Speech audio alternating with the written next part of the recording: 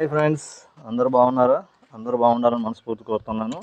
ఇవాళ మా ఇంటికాడ ఒక పిట్ట గుడ్లు పెట్టింది. గుడ్లు పెట్టిన తర్వాత పిల్లలు కూడా చేసింది. కానీ నేను రాత్రే చూశాను.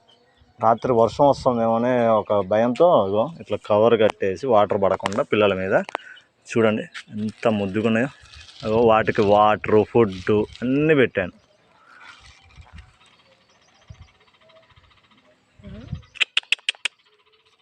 ఆకలి అవుతుందానే?